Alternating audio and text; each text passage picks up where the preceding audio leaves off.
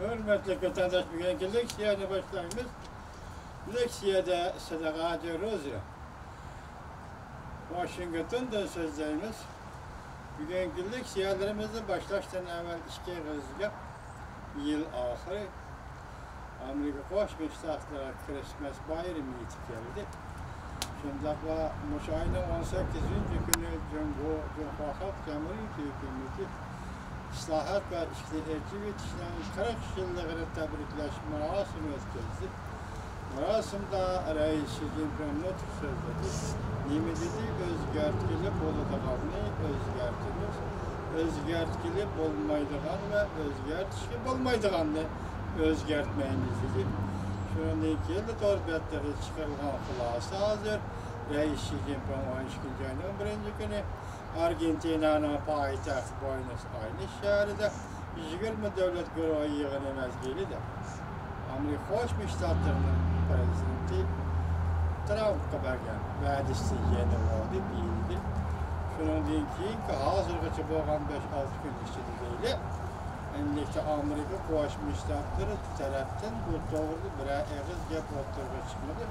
Bırak Amerika Birleşik Ştatları Aksaray Prezident Trump'ın soğudu məsləhətçisi Navarro Efendi'nin sözlüğünün sözü bugünlerden ilan kılındı. Ahırda bu şunun toxtulmuş. Hazır vəziyyət Cumhur vədisi yeni aldı. Amerika anda qandaq siyaset belirleydi degan noktaya geldi. Bugünkü mavzumunda Amerika Birleşik Ştatları'nın devlet işlekatı Mike Pompeo ile Amerika Birleşik Ştatları Bexaterlik Ministerliğinin ministeri birlikte bayanat ilan kılıp mındak gösterdi. Cumhur soda məxfiyyətçini oğurlaşını toxtuşqa berge vədisiga xilaflıq qıldı. Dep görsətdi mavzul bayanatı şundaq dep görsətdi mavzulu xəbər 12. ayının 21. gün Amerika avazının Xitay dili programması ilan kılındı. Washington Amerika Birleşik Ştatları'nın devlet işlakatı ve Mike Pompeo hem de Devlet Bexaterlik Ministerliğinin ministeri haftanın 4. günü bayanat ilan kılıp ministerinin ismini tercüme kılamadım. İngilizce bilinmeyenlik için beni geçirin Allah vatandaşlar. Ministeri haftanın 4. günü bayanat ilan kılıp Cumhur'un 2015. yılı imzalanan İki taraf soğudu məxfiyyətçini uğurlaşını toxtuş doğrusudaki kelişimge xilaflıq qıldı dep aytdı. Amerika Adliya Ministerliği haftanın 4. günü Cumhur hükümetiga yallanıp işlegen 2 nefer hakkerning üstüden sotqa şikayet qilganligini jakarlab hamda Cumhur'un torbetleri orqali uğurluq qilishini aybligan paytlarda Devlet işlakatı Mike Pompeo ile Devlet Bexaterlik Ministerliğinin ministeri haftanın 4. günü bayanat ilan kılıp bayanatı da Cumhur'un hareket talaklarını ayıttı. Bayanatı mındak görüştürdü. Cumhur'un hareket talakları Cumhur'un Devlet Reis Xi Jinping'in 2015. yılı torbet internet sayıpları doğrusunda bergen vədisiga xilaptı. O vəzi verib mındaq degen idi. Cumhur torbetleri de aqli mülk huquqiga uğurluq qilishni qo'llamaydi. Xi Jinping'in vədisi aynı vaqt keldi-mi? Qo'llamaydi. Cümleden soda məxfiyyətçini uğurlashni ve yuqori darajadagi məxfiy soda körlerini uğurlab şirket ve soda tarmaqlarını təminləb rəqabətdə üstünlüklə erişməkçi oldu. Yani Cumhur.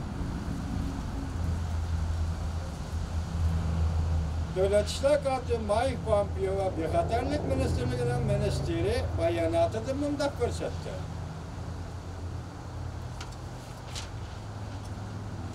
Cumhur 20 devlet güruhunun azası ve Asiyatin kökyan iktisadi Hamkarlık Teşkilatı'nın azası buluştu. Boş taraftaki bayanatı da şundak vəzi vergen. bayanatı mında görüştürüldü. Vakatımda bayanatı mında görüştürüldü. Hiç olmagan 2014 yıldan beri Cumhurbaşkanı Cemaat Xavfsizligi Ministerligi bilen alakadar bolgan internet hakkerleri Amerika'nın ve bütün dünyanın başvuruş, mülazimet bilen teminler söylediğlerinin torbetlerine hücum kılıp cümleden 12 devletinin torbetlerine hem şunda hücum kıldı.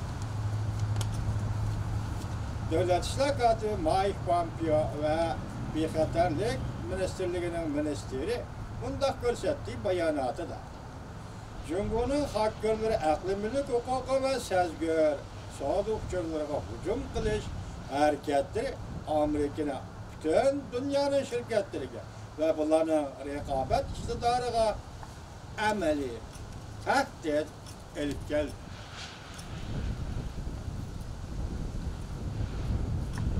Ameli tehdit elip geldi. Bütün dünyada Amerika'ya ameli tehdit elip geldi. Bayanatımında görüştük. Amerika taraf yaman garazda hareket kılgıçılardan devamlı süreç çıkılır. Amerika taraf yaman garazda hareket kılgıçılardan devamlı süreç çıkılır.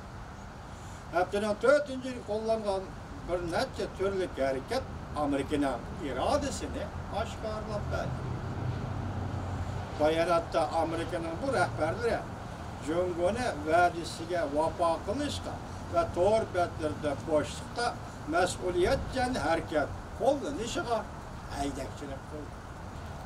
Ular Amerika'nın muvaffaq tadbirlarini qo'llanib o'zining manfaatini qo'g'daydiganligini qayta sharildi.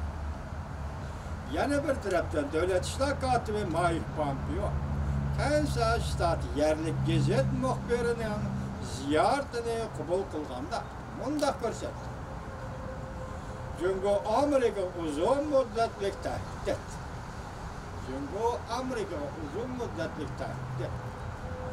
Nöbetdeki Amerika Cumhur münasebetini qandaq tasvirlaysiz deb sual qo'yganda muhbir Mike Pompeo bundaq ko'rsatdi. Bu bir xares. Cumhur bir xares. Belki Prezident Trump hükümeti köp taraflardan tirishchanlik ko'rsatib, har xil shakllarni qo'llanib, Cumhurni Amerikaning mas'uliyatlarini ko'plab chet elishga undamoqda. Amerika'nın patent hukukunu uğurlaştı. Çok tutuşqa undamoqda. Bugün Cumhurbaşkanı devamlı şuna qilib o'tamdi. Bugün bir yerda sizlarga bayonotda Amerika Qo'shma Shtatlar Davlat ishlar katibi Mike Pompeo'ning bayonoti andin Amerika Qo'shma Shtatlar bexatarlik ministerligining birlashib e'lon qilgan bayonoti. Bu shundan bir kun burun Amerika Qo'shma Shtatlarining Adliya ministerligi Cumhurbaşkanı hakkerleri degan ish bilan 2 nafar Cumhurbaşkanı qo'lga olgan.